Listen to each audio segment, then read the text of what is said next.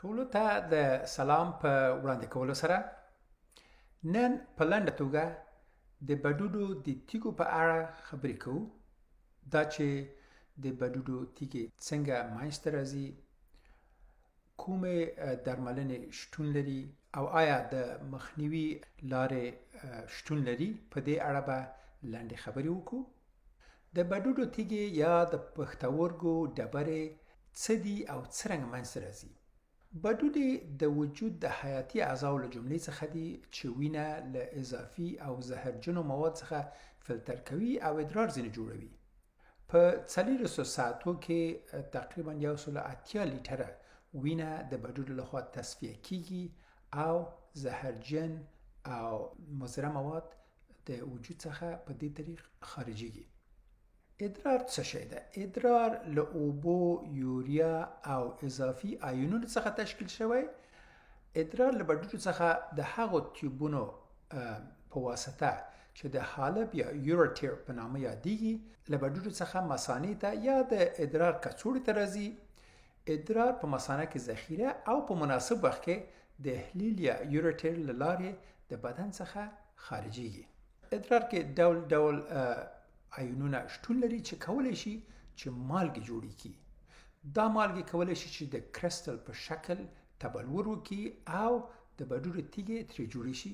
د بډوډو تیږې کولی شي چې د شدید درد او یا د بولي جهاز د بندش لامل شي. په عمومي توګه د بولي سیستم تیږو ته یورولثایسس اصطلاح کارول کیږي چې معنا یې د بولي سیستم تیږې یا ډبرې دي. لث په یونانی ژبه کې تیږې او یورو ادرار ته ویل کیږي، یعنی د بولي جهاز تیږې. که تیږه په بډوډو کې موقعیت ولري، دا په نام د نفرولثایسس یادېږي، ځکه چې نفرو بډوډي او لث تیږې ته وایي. همدارنګه د رینولثایسس په نام هم یادېږي. که چیرې تیږه په حالب یا یوریا هغه تیوب چې ادرار له بډوډو څخه مثانې ته انتقالوي شتون ولري، دا په نام د یوریترولثایسس یادېږي. او که تیږه په مثانه کې شتون ولري، دا په نام د سیسټولثایسس یادېږي، ځکه سیسټ مثانې ته وایي. د بډوډو ډول ډول تیږې شتون لري چې معمول ترین او زیاترین تیږې د کلسیم تیږې دي چې دا د کلسیم اکزالیت او کلسیم فاسفیت څخه جوړې شوي، او نور معمول تیږې په نام د مګنیزیم امونیم فاسفیت چې دا له مګنیزیم امونیم او فاسفیت څخه جوړې شوي، او دا په نام د جوړوی تیږې هم یادېږي. دې تیږو ته سټک هورن هم وایي، ځکه چې دا ظاهري شکل د غرڅې د ښکرو په څیر ښکاري. بل ډول تیږې د یوریک اسید تیږې دي، او بل ډول د سیستین او زانتین تیږې دي چې ډېرې کمې لیدل کیږي، او دا د 1% څخه کمه کچه د بډوډو د تیږو جوړوي. کلسیم فاسفیت او جوړوی تیږې معمولا په قلوي ادرار کې جوړیږي، په داسې حال کې چې د یوریک اسید او سیستین تیږې معمولا په اسیدي یا تیزابي ادرار کې جوړیږي. او کلسیم اکزالیت تیږې کیدای شي چې په القلي او یا اسیدي ادرار کې جوړې شي. د بډوډو د تیږو د جوړېدو 3 عمده پړاوونه یا مرحلې په لاندې ډول دي: نوکلیشن، گروث او اګریګیشن. نوکلیشن یا د هستې جوړولو مرحله کې کلسیم او اکزالیت کرسټلونه سره یوځای کیږي او یو ثابته ځاله یا نایډس جوړوي، او دا غالبا د بډوډو په هغه ځای کې چې په نام د کلکټینګ ډاکټ یا جمع کوونکي ټیوبونه په نام یادېږي دا صورت نیسي چې دا کرسټلونه د بډوډو په پاپیلې ته ځي، چیرې چې د تیږې سایز او اندازه لویږي، او بیا د بډوډي په حوصله کې کرسټلونه یو د بل سره اګریګیټ کوي، یعنی تراکم کوي، او په دې ډول لوی کرسټلونه او تیږې جوړیږي. په دغه مرحله کې ده چې تیږه ممکن د بډوډي حوصلې څخه د حالب یا یوریا لوري ته حرکت وکړي. حالبونه 3 تر 4 ملي متره قطر لري، نو که تیږه د مثال په توګه 5 ملي متره یا دغه نه لویه وي، له حالب څخه ممکن په اسانۍ د مثانې خواته تیره نسی او بنده پاتې شي، چې په دې توګه د رینال کالک یا د بډوډو قولنج لامل کیږي. د بډوډو قولنج یا رینال کالک د بډوډو د تیږې ډیر شدید وصفي درد ده چې د حالب د مخاطي پردې یا غشا د تخریش له امله او په ځانګړې توګه د حالب د پریسټالټیک موومنت یا د نوبتي استداري حرکت په اثر منځته راځي، او دا درد هلته زیات شدید کیږي کله چې د حالب استداري حرکات هڅه کوي چې تیږه د حالب څخه د مثانې خواته ټیله کړي او په تیږه باندې فشار راځي چې دا د هغو اعصابو چې د حالب مخاطی غشا کې شتون لري د هغو د تحریک او د درد د منځته راتلو سبب کیږي.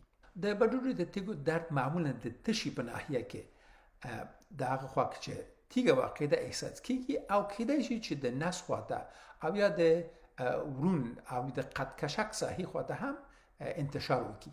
د بډوډي د تیږې شدید درد معمولا له زړه بدوالي او کانګو یا استفراغ سره یو ځای وي. د رینل کالیک یا د بډوډي د قولنجي درد برخلاف غیر قولنجي درد دوامدار وي او عموما زیات شدید نه وي او دا معمولا هغو تیږو کې چې په بډوډو کې او یا د بډوډو په حوصله کې او یا د بډوډو په هغه برخه کې چې د کلسیز په نامه یادېږي شتون لري، په دې حالت کې دا غیر قولنجي درد منځته راځي ځکه چې هلته تیږه شتون لري مګر حرکت نه کوي. د کالیکي درد په خلاف غیر کالیکي درد په حرکت کولو سره زیاتیږي او له همدې امله د ناروغ کوښښ کوي چې تر ممکن حده حرکت ونه کړي او په یو ثابت وضعیت کې ځان ونیسي. غیر کالیکي درد د هغو دردونو سره مشابهت لري کوم چې په اپنډیسایټس یا د اپنډکس په التهاب او یا د پنکریاتایټس یا د پانکراس د التهاب په ناروغانو کې لیدل کیږي. د بډوډو د تیږو د منځته راتلو متعدد ریسک فاکتورونه یا د خطر عوامل شتون لري. دا ریسک فاکتورونه ډول ډول دي چې د مثال په توګه یو له دې ریسک فاکتورونه ډیهایډریشن یا بدن کې د اوبو کموالی ده چې دا هم کولای شي چې د تیږو د منځته راتګ چانس لوړ بوزي او یا د هوا د تودوخې لوړه درجه او یا د سودیم زیات اخیستل، مثلا هغه خلک چې مالګه ډیره اخلي او همداراز د حیواني پروتینو ډیر اخیستل لکه د غوښې او یا د اعضاو غوښې لکه د بډوډو یا د جګر غوښې په شمول د تیږې د جوړېدو د اعضاو لکه کلسیم او مګنیزیم زیاتوالی، د اضافي کلسیم یا کلسیم تابلیټونو اخیستل یا د معدې د تیزابو ضد د هغو دواګانو یا انټي اسید اخیستل چې کلسیم لري چې دا د کلسیم د تیږو د جوړېدو خطر زیاتوي.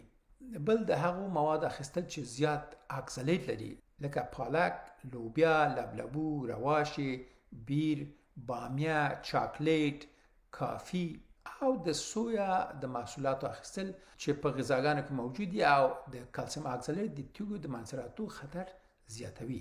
مګنیزیم عمومي فاسفیت تیږې چې په نام د سټروبایټ تیږې هم یادېږي دا په ښځو کې زیاتې لیدل کیږي او په ځانګړې توګه په هغو ښځو کې زیاتې لیدل کیږي چې د بولي جهاز د متکرر مکروبي کېدو یا recurrent urinary tract infection سابقه لري.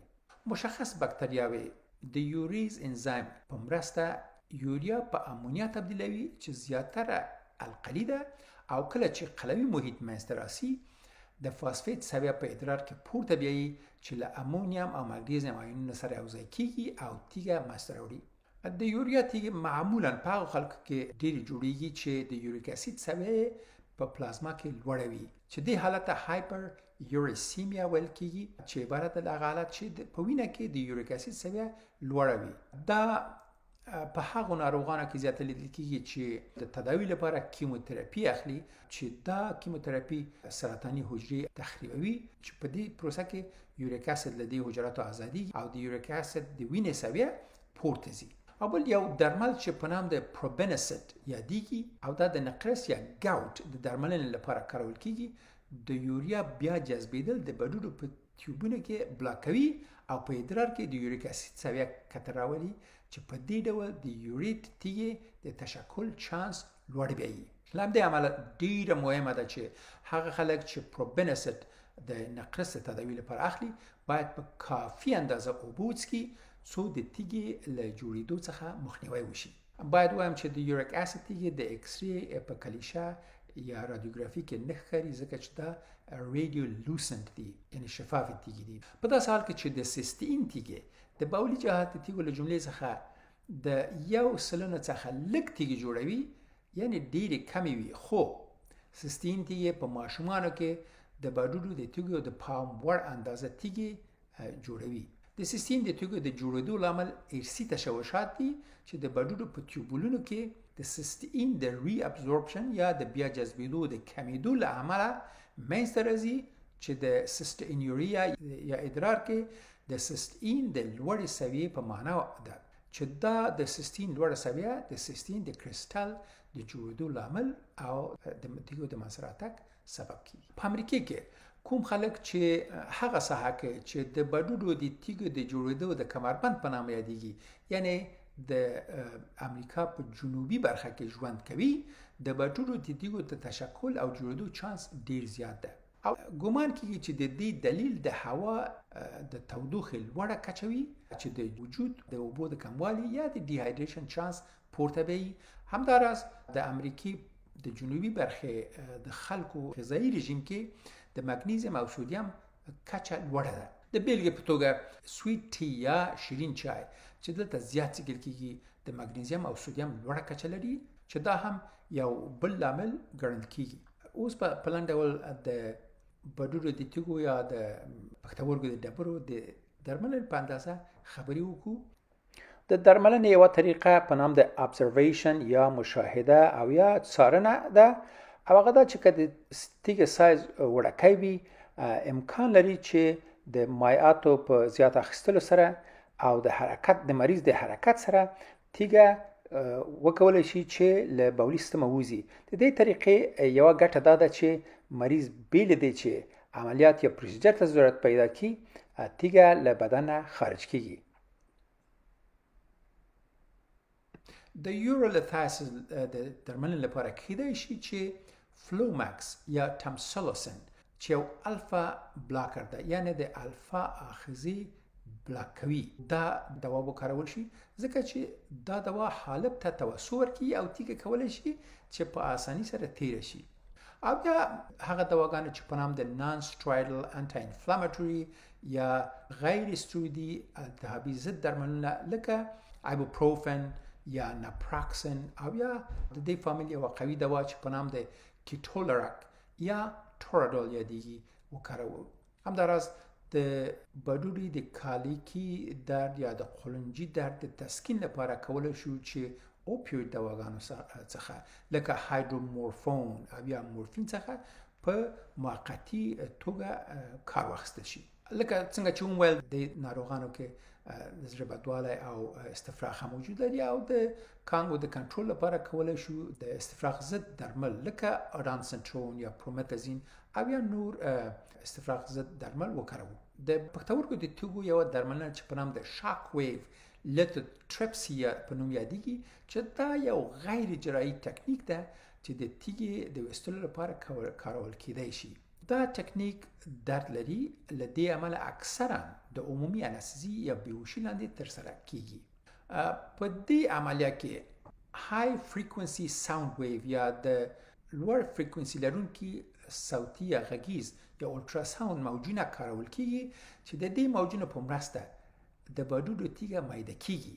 دا تکنیک د هغو تیږو لپاره چې له 10 ملي متره څخه وړې وي کارول کیږي او باید ووایم چې دا تکنیک د سیستین د تیږو لپاره نه کارول کیږي. بل د درملنې تکنیک په نام د یوریتراسکوپي یادېږي چې د حالب د هغو تیږو د راوستلو لپاره چې اندازه یې اوسطه وي دا تکنیک استعمال کیږي. دا عملیه هم د عمومي انستزي لاندې اجرا کیږي. په دې عملیه کې یو کوچنی تیوب چې د یوریتراسکوپ په نامه یادېږي د احلیل لارې مثانې ته او د مثانې څخه حالب ته داخلیږي او تیږه پکې نیسي او راکاږي. البته دا تکنیک کې د لیزر یا نوماتیک جهاز په کارولو سره چې تیږه میده کوي په داسې حال کې چې ډاکټر سکرین کې ویني او په دې طریق سره تیږه میده کیږي او تیږه راوباسي. د غټو تیږو یا ډبرو د ویستلو لپاره د جراحي عملیې څخه چې په نام د پرکیوټینیوس نفرولوتاټومي یادېږي کار اخیستل کیږي. په دې عملیه کې یو کوچنی سوری د ناروغ د تشې په برخه کې جوړیږي او له دې لارې د تیږې د لیدو لپاره یو کوچنی کامره داخلیږي چې د الټراساوند لیزر او یا نوماتیک آلې په کارولو سره تیږه میده کیږي او په دې ډول سره د وجود څخه راویستل کیږي. باید وایي چې بډوډی د تیږو د تشکیل مخنیوي یو مهمه لاره دا ده چې دا ناروغان وهڅول شي چې په کافي اندازه مایعات په ځانګړې توګه اوبو وڅښي څو د ادرار د سوپر سچوریشن یا د ادرار کې د ایونونو د اشباع او زیات والی څخه او په دې توګه د تیږې له جوړېدو څخه مخنیوي وشي. همداراز ناروغان باید خپل غذایی رژیم کې د تیږو جوړونکو موادو د ډیر مصرف څخه مخنیوي وکړي، لکه د اضافی کلسیم او اکزالیت اخیستل او هغه غذاګانې چې زیات او اکزالیت لري دا هم باید کنټرول شي چې زیات ونه اخیستل شي. همداراز ناروغان باید د نان ډایري یا غیر لبنی پروتین یا غیر د شیدو او د هغه له محصولات او حیواني پروتین او د سودیم، سوکروز او فرکتوز اخیستل په خوړلو یا غذایی رژیم کې محدود کی. د تیږو د بیا جوړېدو د مخنیوي په موخه ناروغان هڅول کیږي چې پوتاشیم لرونکي خواړه او د فایټیټس اخیستل په خوړو کې زیات کړي، لکه سبوس لرونکي ډوډۍ، سیریالونه او حبوبات. باید وایم چې د کلسیم اکزالیت کریستالونه د فایټیټ په شتون کې په اسانه نه جوړیږي. د کلسیم د تیږو د جوړېدو د مخنیوي په خاطر ډاکټر ممکن تایازاید ډیورټکس یا تایازاید مدررات ناروغ ته تجویز کړي. دا دواګانې اکثرا د وینې د لوړ فشار د تداوی لپاره استعمالیږي، ځکه چې تایازاید ډیورټیک د بډوډو د ټیوبولونو د حجرو په دیوال کې د سودیم کلوراید پمپ بلاکوي او دا مدررات د کلسیم د بیا جذبولو په زیاتولو او ادرار کې د کلسیم په کمولو سره د هډوکو د منرالونو تکاثف زیاتوي او په دې ډول د کلسیم د تیږو د بیا جوړېدو چانس کموي. همداراز د سودیم ډیر اخیستل د کلسیم د تیږو د جوړېدو چانس لوړ کوي. ځینې مواد لکه سټریټ یا مګنیزیم او ټم هارسفیل میوکوپروتین په طبیعي ډول سره د تیږو د جوړېدو څخه مخنیوي کوي. ادرار کې د سټریټ ټیټه کچه کېدای شي چې د لیمو په اخیستو سره پورته کړی شي، چې دا کولی شي چې د ادرار د سټریټ سویه پورته بوزي، بیل دی چې د اکزالیت سویه پورته کړي. په لنډ ډول سره باید وایم چې د بډوډو څو ډوله تیږې شتون لري چې د کلسیم تیږې له ټولو نورو ډولونو څخه زیاتې دي.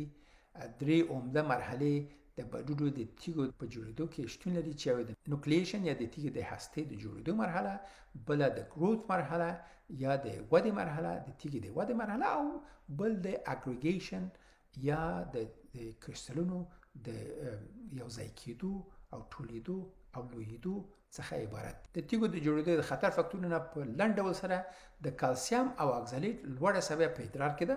د بډوډو د تیږو دوایي درملنه عبارت ده له د درد ضد درمل کارول، د ژبهدوالي او یا کانګو ضد درمل، او هغه درمل چې د حالب د توسع لامل کیږي او مرسته کوي چې تیږه په اسانۍ سره تیره شي.